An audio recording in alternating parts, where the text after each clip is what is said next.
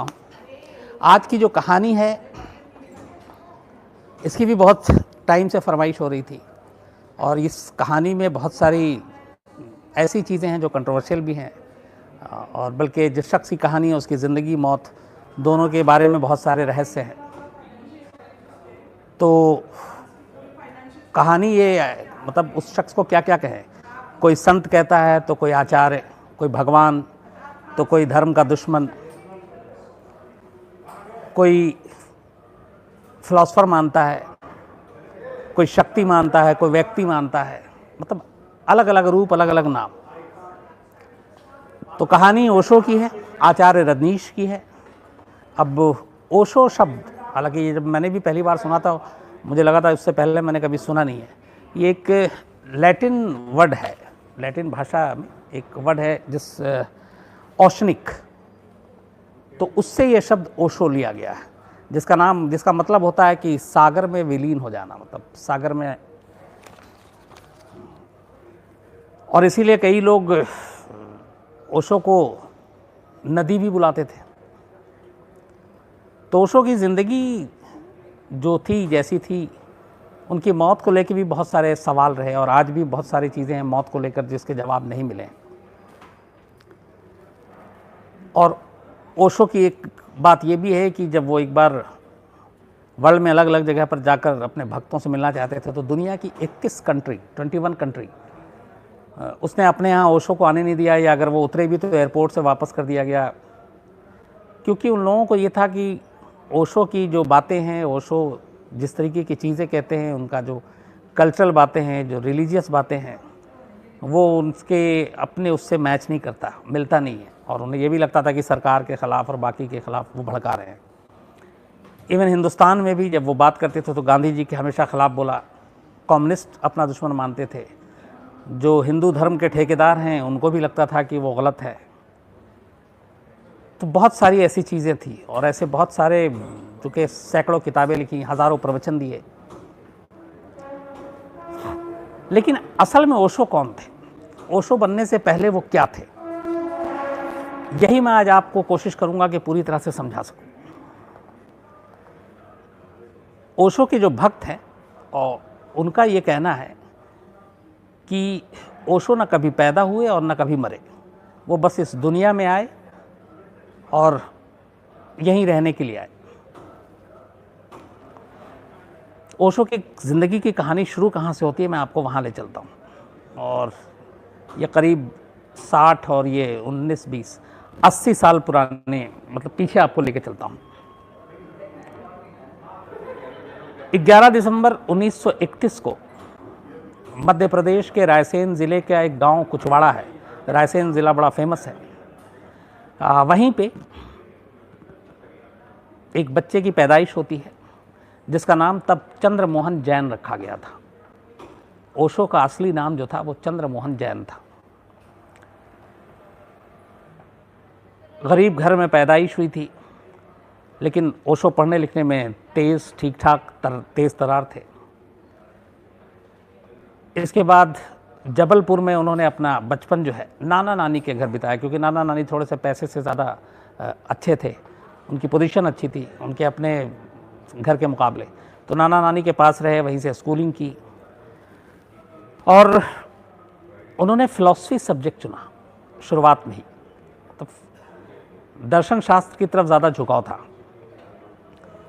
तो वहीं जबलपुर के कॉलेज में पहले पढ़ाई की और फिर ग्रेजुएशन करने के बाद मास्टर डिग्री लेने के लिए जबलपुर से निकलकर सागर यूनिवर्सिटी पहुँचे और सागर यूनिवर्सिटी से फ़िलॉसफी में, दर्शन शास्त्र में पोस्ट ग्रेजुएट किया। इसके बाद पढ़ाई के बाद चंद्र प्रकाश जैन वहीं रायपुर के ही एक संस्कृत कॉलेज है वहाँ पे लेक्चरर बन गए और लेक्चरर बनने के बाद पढ़ाई शुरू की। चूँकि एक तो फ़िलॉसफी के लेक्चरर, तो शुरू से ही जो उनकी बातें थी, जो उनकी सोच थी, वो बड़े, उस वक्त लोगों को लगता था कि ये अजीब है, ये कुछ क्रांतिकारी टाइप है। तो उनके तेवर से, उनके भाषण से जो मैनेजमेंट था कॉलेज का वो भी घबरा गया था, क्योंकि ऐसा लगता था कि वो कुछ बगावत के लिए उकसा रहे हैं, कुछ अजीब बातें कर रहे हैं, चाहे वो धर्म हो, चाहे वो सेक्स हो, चाहे वो रिलेशनशिप हो, चाहे वो पॉलिटिक्स हो, चाहे वो भगवान हो, तो हर एक के बारे में ओशो की जो राय थी वो जो अब तक लोग सुनते सुनाते आए थे उससे बिल्कुल डिफरेंट थी। तो उनके इसी बर्ताव की वजह से कॉलेज को लगा, जो रायपुर के संस्कृत कॉलेज है, तो कुछ वक्त के बाद ही ओशो को उस कॉलेज से, मतलब तब तो ओशो नहीं थे, चंद्रमोहन जैन को उस कॉलेज की नौकरी से हटा दिया गया। तो वहाँ से हटने के बाद अब फिर चंद्रमोहन निकलते हैं और जबलपुर यूनिवर्सिटी पहुँचते हैं और वहाँ पे पढ़ाना शुरू कर देते हैं। यूनिवर्सिटी में जब पढ़ा रहे थे तब उसके बाद फिर अचानक ये सारी चीज़ें होती हैं, तेवर वैसे ही थे। तो 1960 में फिर वो बाहर निकलते हैं कॉलेज से और बाहर निकलने के बाद जो बातचीत थी, जो उनके विचार थे, चूँकि ऑलरेडी फिलोसफर थे, वो लोगों तक पहुंचाना शुरू करते हैं। और उसी वक्त ये आइडिया आता है कि क्यों ना इंडिया घूमा जाए और इंडिया में घूम घूम के लोगों से बात की जाए और उनको अपनी बातें बताई जाए। तो 1960 से लेकर 1966 तक वो 6 साल के अंदर लगभग भारत के हर हिस्से को कवर करते हैं और पूरे भारत में घूमते हैं और जहाँ जहाँ जाकर वो अपना ज्ञान प्रचार ये सारे भाषण देते, वहाँ पे लोग फैन बनते जाते। धीरे धीरे लोगों के बीच में नाम बढ़ता गया कि भाई एक चंद्रमोहन जैन है जो इस तरह की बातें करता है। और जब पॉपुलैरिटी बढ़ी तो कुछ दुश्मन भी बढ़े। उस वक्त कम्युनिस्ट को लगा कि वो इनके खिलाफ हैं, उनके खिलाफ बात कर रहे हैं। जो गांधी के विचारधारा थे उसके भी खिलाफ बात कर रहे थे, तो जो गांधीवादी थे वो नाराज़ हो गए। तो जब ये सारी चीज़ें चल रही थी 1966 में वापस दूसरी नौकरी जो जबलपुर यूनिवर्सिटी में कर रहे थे, तब तक ओशो के बारे में, मतलब चंद्रमोहन जैन के बारे में ये चीज़ें आ गई थी कि वो इस तरह की बातें करते हैं, गांधी को भी बुरा भुला कहते हैं, धर्म को भी भला बुरा। और तो जबलपुर यूनिवर्सिटी ने भी हाथ जोड़ लिए। उसने कहा भैया आपके लिए हमारे यहाँ नौकरी नहीं है, क्योंकि हमारे कॉलेज में फिर हंगामा हो जाएगा। तो जबलपुर यूनिवर्सिटी ने भी नौकरी से निकाल दिया। जब ये निकले उसी वक्त, चूँकि 6 साल पूरे भारत भ्रमण कर चुके थे, लोगों से बातचीत करके मिल के ज्ञान दे चुके थे, सब कुछ हो चुका था, पहली बार फिर ये अपना नाम चंद्रमोहन जैन से पलटकर आचार्य रजनीश रख लेते हैं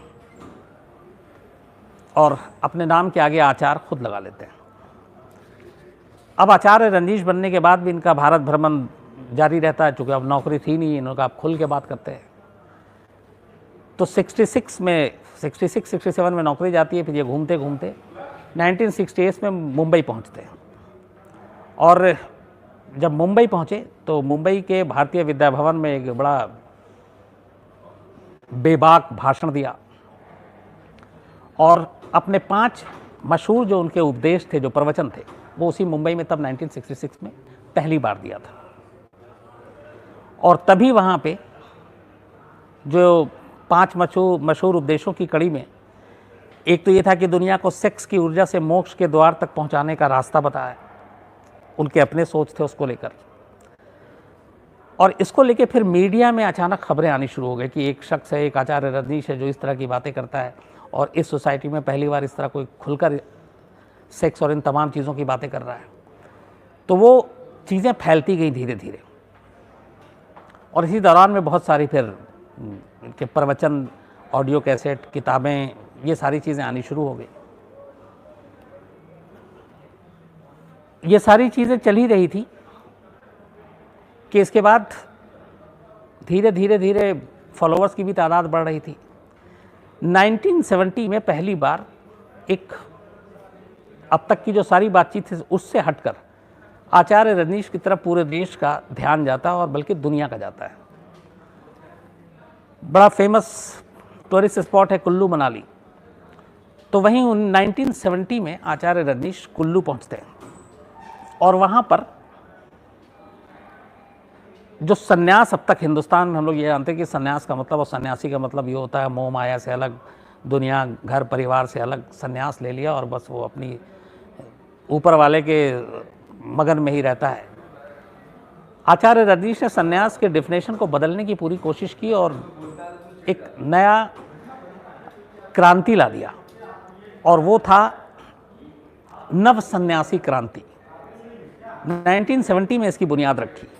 अब नव सन्यासी क्रांति, कई लोग इसको नियो सन्यासी भी कहते हैं, कई लोग सांसारिक सन्यासी भी कहते हैं। तो ये एक नई परिभाषा लिख दी सन्यासी की, और इस सन्यासी की जो परिभाषा लिखी आचार्य रजनीश ने, उसका बेसिक जो टैग लाइन था वो ये था कि संसार से दूरी नहीं बल्कि संसार में रहते हुए सन्यास लो। मतलब आप ना घर छोड़ो, ना परिवार छोड़ो, ना दुनियादारी छोड़ो, ना रिश्तेदार छोड़ो, सब कुछ रहते हुए भी आप सन्यासी की ज़िंदगी जी सकते हो। और वो जीना कैसे है, वो भी जो रंग ढंग और वो जो स्टाइल था वो बिल्कुल ट्रेडिशनल सन्यासी के अब तक जो हम सब सुनते आए थे, देखते आए थे, पढ़ते आए थे, वो उससे बिल्कुल अलग।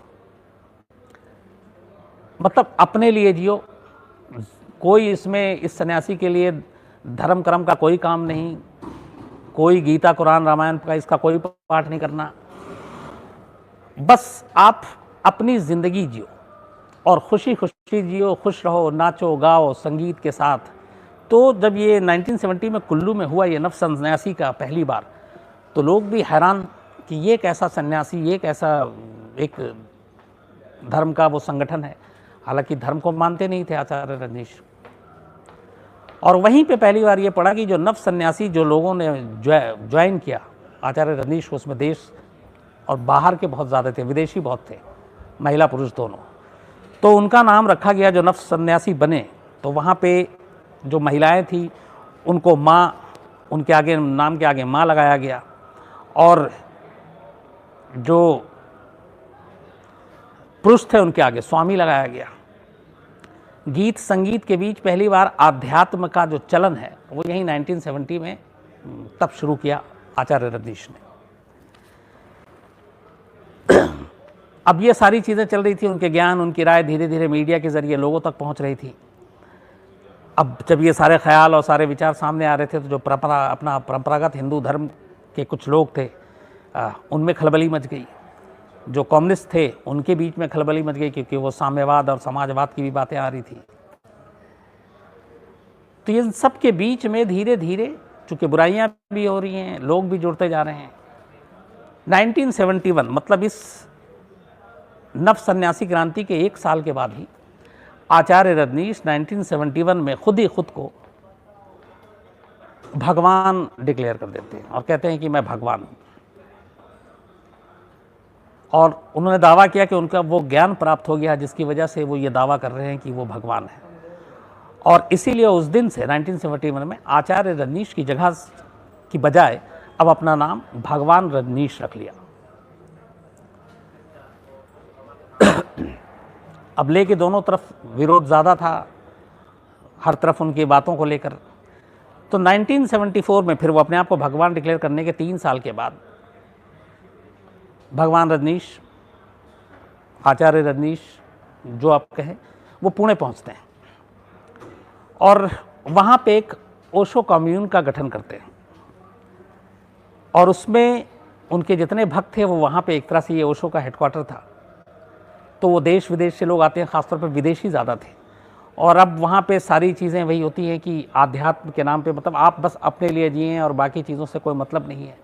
तो उस वक्त इस पुणे के इस कम्यून में जो ओशो का सेंटर था, बड़े इल्ज़ाम भी लगे कि वहाँ अश्लीलता हो रही है, वहाँ सेक्स के नाम पे गंदगी परोसी जा रही है, और ड्रग्स की भी बातें आई कि लोग ड्रग्स ले रहे हैं। तो ये सारी चीज़ें चलती रही और इसको लेकर बहुत सारी उंगलियाँ भी उठी। इसी दौरान में 22 मई 1980 को आचार्य रजनीश के उनके अपने कुछ बातों पे जो धर्म को लेकर बाकी चीज़ों को हुआ था, उन पर एक बार जानलेवा हमला हुआ, एक चाकू से हमला भी किया गया, लेकिन वो हमला इतना खैर संगीन नहीं था। इसी बीच में बहुत सारे प्रवचन और किताब और ऑडियो कैसेट और वीडियो कैसेट के ज़रिए उनकी जो चीज़ें सामने आई, जिसने ओशो को और कंट्रोवर्शियल बना दिया।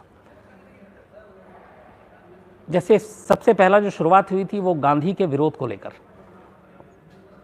वो गांधी की विचारधारा से बिल्कुल सहमत नहीं थे और ये भी कहा था कि गांधी अहिंसक नहीं बल्कि हिंसक है, और कई कंपैरिजन किया था गांधी का। तो उसको लेकर गांधीवादी नाराज़ हो गए थे।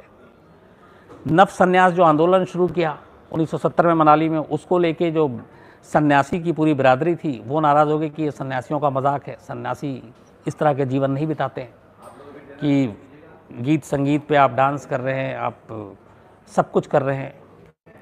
तो उसको लेके कंट्रोवर्सी हो गई। देन एक और बड़ी चीज़ अचानक आई ओशो की, और वो आई कि इस समाज में परिवार की ज़रूरत नहीं है। परिवार एक बंधन है, परिवार नहीं होना चाहिए। हर इंसान को हक है कि वो अपनी मर्ज़ी से जिए, अपने हिसाब से जिए, अपनी आज़ादी से जिए। और इसलिए जब परिवार की ज़रूरत नहीं है तो फिर शादी की भी ज़रूरत नहीं है, विवाह की भी ज़रूरत नहीं है। और विवाह एक बंधन है, दो लोगों को जबरन एक दूसरे का अचानक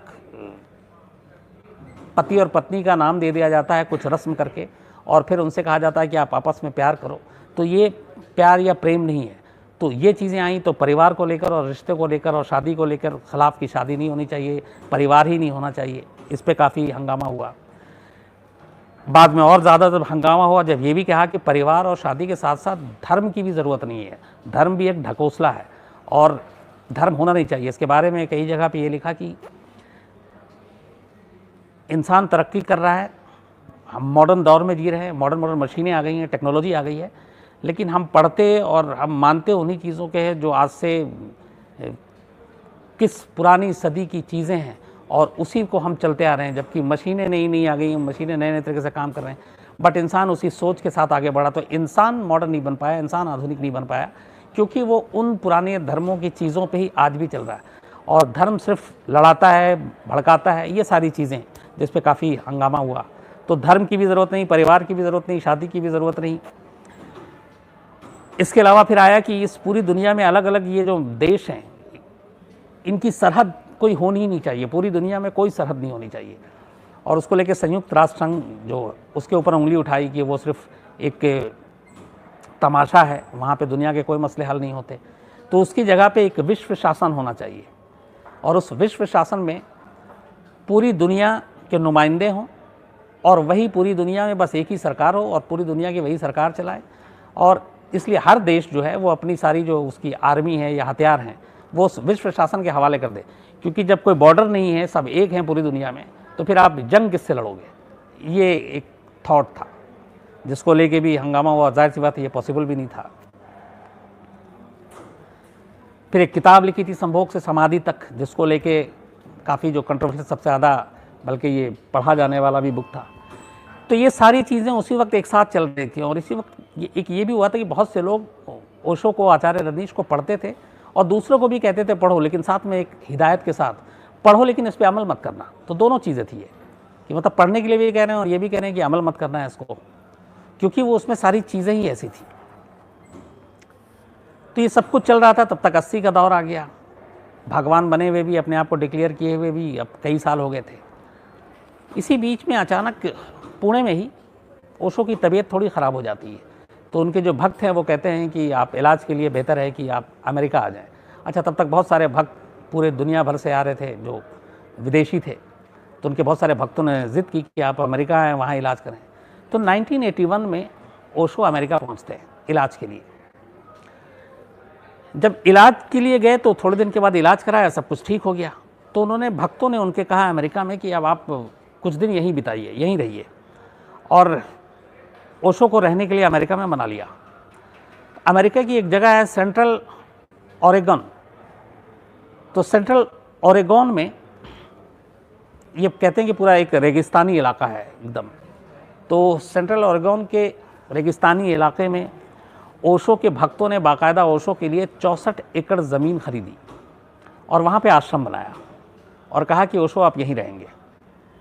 बाद में इस आश्रम का नाम रजनीशपुरम रखा गया, आचार्य रजनीश के ही नाम पर।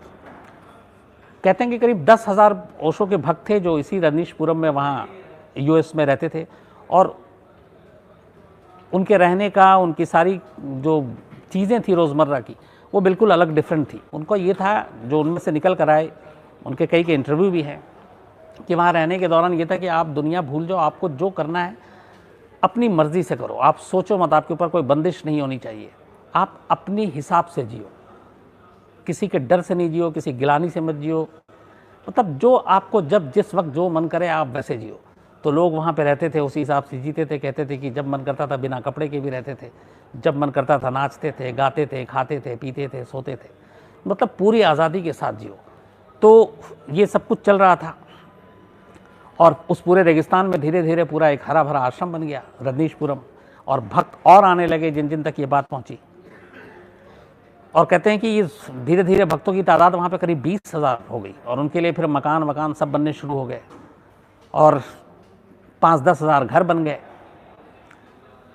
एक छोटा सा एयरपोर्ट बन गया और जो बाकी शहर की ज़रूरत होती है वो सारी चीज़ें धीरे धीरे धीरे वहाँ पे डेवलप हो गई।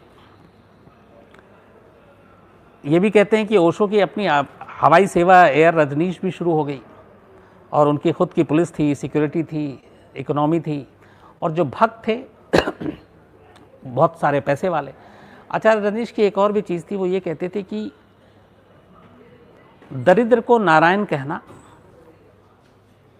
ये गलत है, क्योंकि दरिद्र को नारायण कहकर आप नारायण की पूजा कर रहे हैं, मतलब आप दरिद्र गरीब की पूजा कर रहे हैं, जबकि ये सही नहीं है। ये एक थॉट थी जो किताब में आई थी। बल्कि पहले जो अपने भक्तों को उनका हमेशा ये संदेश था कि पहले आप धन कमाओ, हैसियत बनाओ और उसके बाद साधना की तरफ आओ। जब आप गरीब रहोगे तो ये सब चीज़ नहीं कर पाओगे। तो जो भक्त थे जाहिर सी बात इस सोच से प्रभावित थे, तो बहुत सारे अमीर कहते हैं कि 100 तो करीब रोल्स रॉयस गाड़ी थी जो दुनिया की सबसे महंगी गाड़ियाँ, डिज़ाइनर कपड़े, तो ये सारे बहुत मतलब पैसे देखते ही देखते तो और धीरे धीरे संपत्ति भी बहुत ज़्यादा बढ़ती गई। तो वहाँ पे रहते हुए रजनीशपुरम में अब ओशो के जो विचार हैं वो धीरे धीरे अमेरिका तक पहुँची। तो फिर ये हुआ कि ये किस तरीके की बातें कर रहा है, ये पूरा कल्चर सोसाइटी को बिगाड़ने की बातें हो रही हैं और वहाँ पे उस विचार से लोग डरे, सरकार भी डरी और इसी वजह से कई लोगों ने जब अमेरिका में आवाज़ उठाई आचार्य रजनीश की इस सोच के बारे में कि ये धर्म को लेकर इसकी ये राय है, सेक्स को लेकर इसकी ये राय है, गरीबी और अमीरी को लेकर इसकी ये राय है, दुनिया के कानून को लेकर ये राय है, तो सरकारों के ख़िलाफ़ भी काफ़ी था कि सरकार क्यों तय करे कि हम क्या करें।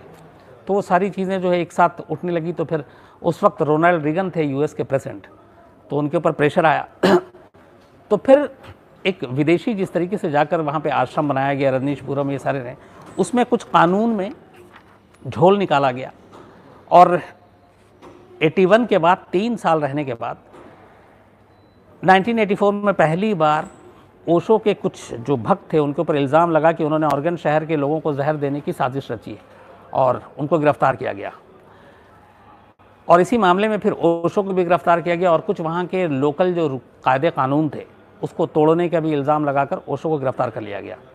गिरफ्तार करने के बाद एक आम अपराधी की तरह ओशो को बाकायदा बेड़ियों में जकड़ा गया, हथकड़ी लगाई गई और एक ऐसे जेल में ले जाकर रखा गया जहाँ पहले से ही सिर्फ बीमार कैदी रहते थे। तो कहते ही हैं कि अमेरिकी सरकार की ये साजिश थी कि ओशो को बीमार हो जाए और उसके बाद मौत हो जाए, इसलिए ऐसा रखा। लेकिन कई दिनों तक रखने के बाद भी जब ओशो को कुछ हुआ नहीं ठीक ठाक, तो फिर उनको वापस नॉर्मल जेल में शिफ्ट कर दिया गया। 12 दिन जेल में रखने के बाद ओशो को कुछ $1 मिलियन, पता नहीं एग्जैक्ट कितने थे, और साथ में 5 साल तक वापस 5 साल से पहले अमेरिका ना आने की शर्त पर रिहा कर दिया गया और उनको सीधा कहा गया कि आप अमेरिका छोड़ दें। तो फरवरी 1986 में अमेरिका से निकलने के बाद ओशो पहले ग्रीस पहुंचते, लेकिन ग्रीस तक भी ओशो की सारी विचार, सारी बातें और ये अमेरिका में जो कुछ हो रहा था वो बातें पहुंच गई थी। तो वहाँ के ग्रीस के चर्चों के दबाव में आकर, जो वहाँ के चर्च थी वो पूरी बिरादरी वो खिलाफ हो गई थी और उसने कहा कि आचार्य रजनीश को यहाँ पे शरण नहीं मिलना चाहिए, यहाँ पे उनके कोई इस तरह के कार्यक्रम नहीं होना चाहिए। तो ओशो को ग्रीस पहुँचते ही गिरफ्तार किया गया और वापस फ्लाइट पर कहा गया कि आप वापस जाओ। वो वहाँ से निकलने के बाद फिर स्विट्ज़रलैंड पहुँचते हैं और वहाँ पे भी हथियारबंद जो पुलिस वाले थे उनको पहले से जानकारी थी, वो वापस ओशो को उठाते हैं और कहते हैं भैया आप किसी और कंट्री में जाओ। स्वीडन पहुँचते हैं, स्वीडन में रुकते भी हैं थोड़े, लेकिन फिर स्वीडन के ऊपर प्रेशर आ जाता है और स्वीडन भी जो है उनको देश छोड़ने का हुक्म सुना देता है। इसके बाद England, Ireland, Canada, Antigua, Holland, Germany, Italy, Russia, 21 country अलग अलग वो जाते हैं, लेकिन 21 के 21 मुल्क जो हैं वो आचार्य रजनीश को अपने यहाँ रहने से मना कर देते हैं और कहते हैं कि भैया आप यहाँ नहीं रह सकते, आप जाओ। तो इन सब जगह से निराश होकर मार्च 1986 में, मार्च नहीं कोई और महीना था, अमेरिका का एक देश है उरुग्वे, उसी के पास, तो वहाँ पे वो थोड़ी सी हिम्मत करता है और आचार्य रजनीश को, ओशो को शरण देता है। लेकिन थोड़े दिन के बाद उरुग्वे के ऊपर भी दबाव आ जाता है और रोनाल्ड रेगन सरकार दबाव डालती है कि आप यहाँ से ओशो को निकालो वरना आर्थिक पाबंदी लगा देंगे। तो उरुग्वे भी इस दबाव में आ जाता है और आचार्य रजनीश से फिर हाथ जोड़ता है कि भैया आप यहाँ से जाइए। और कहते हैं कि जिस दिन आचार्य रजनीश ने उरुग्वे छोड़ा उसके नेक्स्ट डे ही रोनाल्ड रेगन सरकार ने बाकायदा उरुग्वे के लिए $150 मिलियन की मदद का ऐलान भी किया था। ये उसके लिए एक मुआवजा था एक तरह से कि उनकी बात मानी। तो 21 देश अपने यहाँ कदम रखने से मना कर चुके थे, बाकी देश को तैयार नहीं था। आखिर में थक हार कर आचार्य रजनीश ने फैसला किया कि अब चलो पश्चिम ने तो अपनाया नहीं, पूरब में ही चलते हैं, अपने ही घर चलते हैं। और 1987 में वो वापस हिंदुस्तान लौट आते हैं। हिंदुस्तान आने के बाद एक बार फिर वही पुणे के जो ओशो कम्युन है वहाँ पे वो रहते हैं और अपना वही ज्ञान प्रवचन वो सारी चीज़ें चल रही थी और ज्ञान व्यान देते रहते हैं।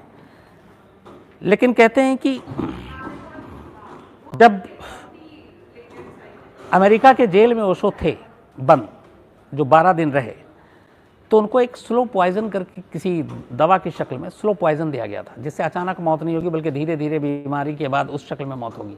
ये एक साजिश की खबर आई थी। और थिलियम नाम का ये शायद एक धीमा जहर था, थिलियम, तो ये उस जेल में उस वक्त दिया गया था। ये कई लोग इल्ज़ाम लगाते हैं।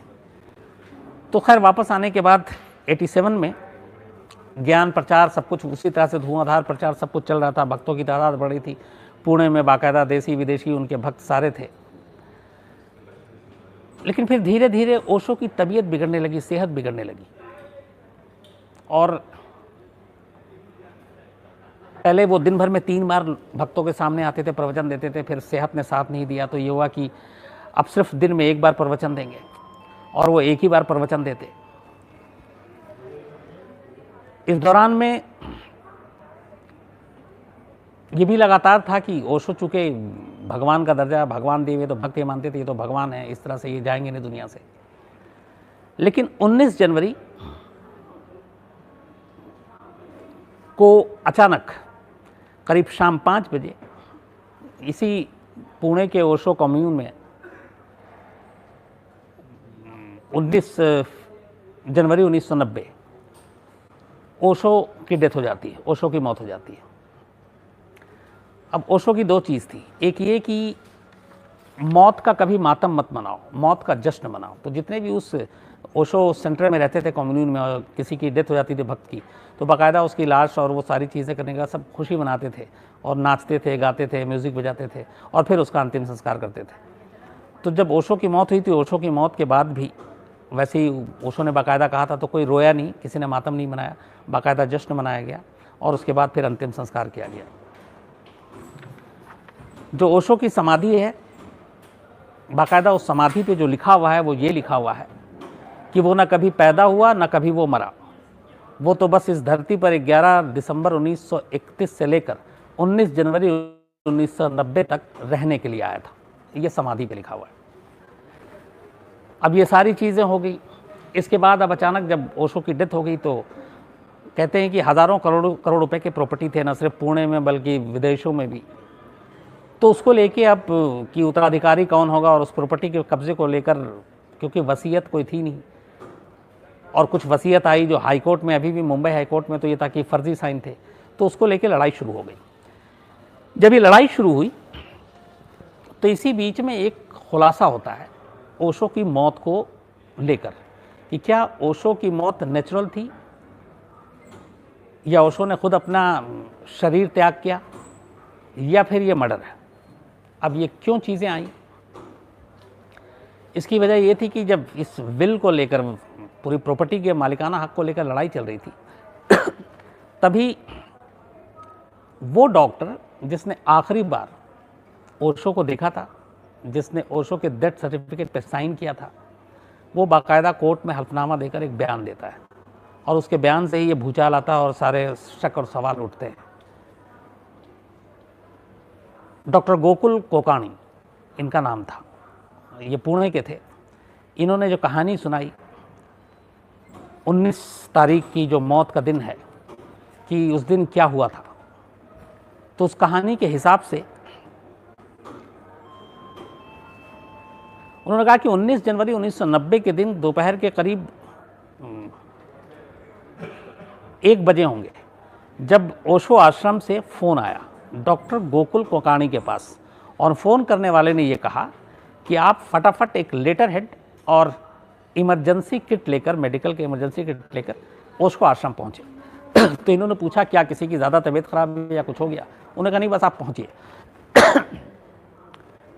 कोर्ट को दिए अपने हल्फनामे में डॉक्टर गोकुल ने यह कहा कि करीब 2 बजे ये फ़ोन आने के बाद 1 घंटे के अंदर वो वहाँ पहुँच जाते हैं, और वहाँ जब पहुँचते हैं तो उनके शिष्यों ने बताया कि ओशो जो है वो अपना देह त्याग कर रहे हैं, तो आप उन्हें बचा लीजिए। लेकिन जो करीबी लोग थे ओशो के, उन्होंने डॉक्टर गोकुल को ओशो के कमरे तक जाने नहीं दिया, बल्कि कहा कि आप यहीं रुकिए, और अगले 3 घंटे तक डॉक्टर गोकुल वहीं रहे। उनको ओशो से ना मिलने दिया गया, ना देखने दिया गया, ना कमरे तक ले जाने दिया गया। और 3 घंटे के बाद एक शख्स आता है और वो डॉक्टर को अंदर ले जाता है और कहता है कि ओशो ने अपना देह त्याग दिया है, आप इनका डेथ सर्टिफिकेट साइन कर दीजिए। तो इन्होंने जो बॉडी देखी, उन्होंने देखा कि कुछ खाने के कुछ वो थे मुंह और जहाँ कपड़े पे, और वो उल्टी जैसी कुछ चीज़ थी ओशो। और डॉक्टर गोकुल का कहना था कि वो ज़माने से जानते थे, तो वो अपने इन चीज़ों को लेके बड़ा एहतियात बरतते थे, तो उनका कभी कपड़ा इस तरह से गंदा नहीं हो सकता था, और मुंह में भी थोड़ा वो वॉमिट लगा हुआ था, तो उन्हें कुछ समझ में नहीं आया। तो खैर इन्होंने पूछा कि ये बताओ कि मौत की वजह क्या? तो उन्होंने कहा आप लिख दीजिए कोई भी हार्ट डिजीज़, ताकि पोस्टमार्टम ना हो, तो आप हार्ट अटैक है या कुछ भी आप लिख दें। तो ज़बरदस्ती मौत का रीज़न डॉक्टर गोकुल से लिखाया गया, ये उन्होंने अपने हल्फनामे में मुंबई हाई कोर्ट में कहा। अब इसके बाद एक तो पहली चीज़ ये, दूसरा उनके भक्तों ने 5 बजे के आसपास ये मौत होती है, बहुत ही सीक्रेसी रखी ओशो की मौत की खबर, और एक छोटा सा ऐलान होता है कि भगवान ने अपना शरीर त्याग दिया है।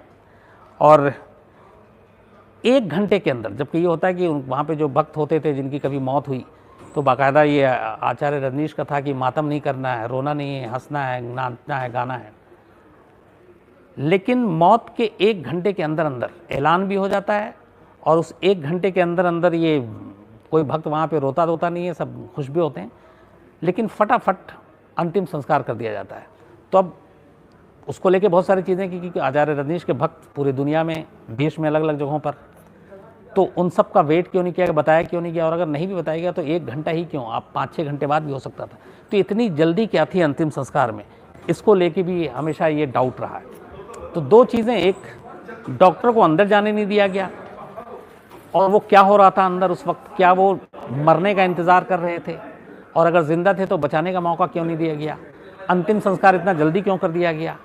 नंबर 3 कि उस वक्त ओशो आश्रम में बहुत सारे डॉक्टर और भी थे और हमेशा रहते थे, तो उन डॉक्टरों को क्यों नहीं बुलाया गया। डॉक्टर गोकुल को फ़ोन करके इतनी दूर से बुलाया गया और कहा, और जब आए भी तो देखने नहीं दिया गया, देखने तब दिया गया जब इसे खबर के साथ कि वो अपना देह त्याग चुके हैं। तो आश्रम के डॉक्टरों को नहीं बुलाना, इन डॉक्टरों को बुलाने के बाद 3 घंटे तक नहीं जाने देना, जबरन ये कहना कि आप इस पे डेथ सर्टिफिकेट पे रीज़न आप हार्ट अटैक लिखो, और 1 घंटे के अंदर अंदर उस आचार्य रजनीश का अंतिम संस्कार कर देना जिसके इतने सारे फॉलोवर्स थे, और जो बाकायदा फिर जश्न वश्न मनाने की भी तैयारी थी मौत पे।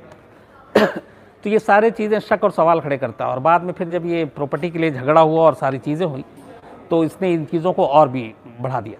सबसे अहम चीज़, और 19 जनवरी 1990 को जब ओशो की मौत हुई, उस आश्रम में ओशो की माँ भी मौजूद थी, लेकिन उनकी माँ को भी बाद में बताया गया, और उनकी माँ ने जब ये सुना तो उनकी पहली लाइन थी, उन्होंने अपनी सेक्रेटरी से कहा था कि मेरे बेटे को उन लोगों ने मार दिया। ये उनका शक था। खैर, अब चूंकि अंतिम संस्कार हो चुका था, सारी चीज़ें हो चुकी थी, तो ओशो की मौत नेचुरल थी, उन्होंने खुद शरीर त्यागा या फिर किसी और वजह से हुई, ये किसी ने उनको जानबूझ के साजिश के तहत मारा, तो ये सारे जो हैं सवाल और शक अपने आप में अब भी बने हुए हैं। आज करीब 19 साल हो गए ओशो की मौत को, और 19 जनवरी अभी ही गुजरा है, मतलब 10-12 दिन हो रहे हैं। लेकिन ओशो की मौत की सही वजह क्या है, ये आज भी किसी को पता नहीं। और इसीलिए एक राज बना हुआ है। लेकिन ओशो के फॉलोअर्स अब भी हैं, कुछ लोग चला रहे हैं, हालांकि केस मुकदमे चल रहे हैं। अलग अलग ओशो इंटरनेशनल के नाम से भी कई हैं, उनके जो किताबें हैं, ऑडियो वीडियो कैसेट, कहते हैं कि उसके सिर्फ सालाना 100 करोड़ से ज़्यादा की रॉयल्टी ही आती है।